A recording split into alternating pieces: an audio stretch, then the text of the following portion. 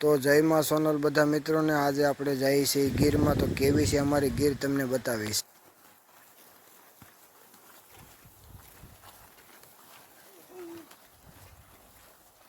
માખી અને મચ્છર ન કરડે તે માટે તે ઓલી ડીડીટી છાંટે છે. આવી રીતે ડીડીટી નાખે છે અને ભેંસોને માખ મચ્છર કરડે નહીં. અને અમે ભેંસો સારીએ છીએ. જો વાસળી ગીર ગાયની વાસળી છે અને આ ઓલી બાજુ ભેંસો ચરે છે અને સામેથી મોરલી આવે છે. અને આવી રીતે અમે ભેંસો સારીએ. આવી છે અમારી ગાંડી ગીર.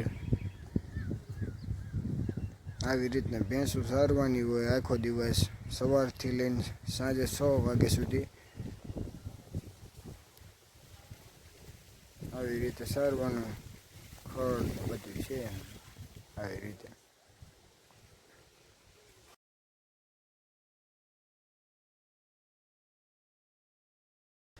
આખો દી આમ આવી રીતે સારવાની.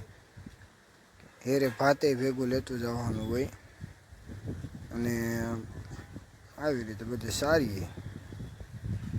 અમારો પાડો છે અને આ વાસળીયું જાય છે. એની માં જાય ને બે એની હેરે વાસળીયું. આ બે વાસળીયું, આ બે વાસળીયું બેલડાની છે. પાછી એક હેરે બે બેલડાની વાસળીયું છે. જાય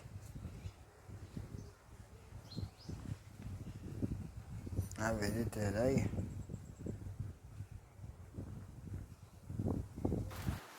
અને આવી રીતે પાછા બપોરે ભેંસો નદીમાં બેસાડી.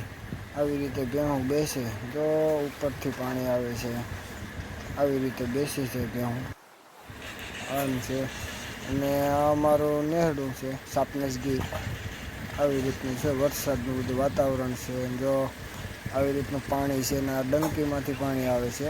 જો આ ડંકી છે, અહીંયા પાણી નીકળે છે વરસાદને લીધે. ને અમારા ભાઈ ભેંસું દોવા મીના છે, રઘુભાઈ ભેંસું દોવા મીના છે. સાંજે 6 વાગે ભેંસું કરાવે છે. આવું છે અમારું નેહડું. આવી રીતે ભેંસું જોકમાં બેઠી રહી છે. લાલભાઈ છે. આવી રીતે બધું કરવાનું હોય સારવાર. તો અમારો આ વિડીયો તમને ગમ્યો હોય છે તો લાઈક કરો, શેર કરો.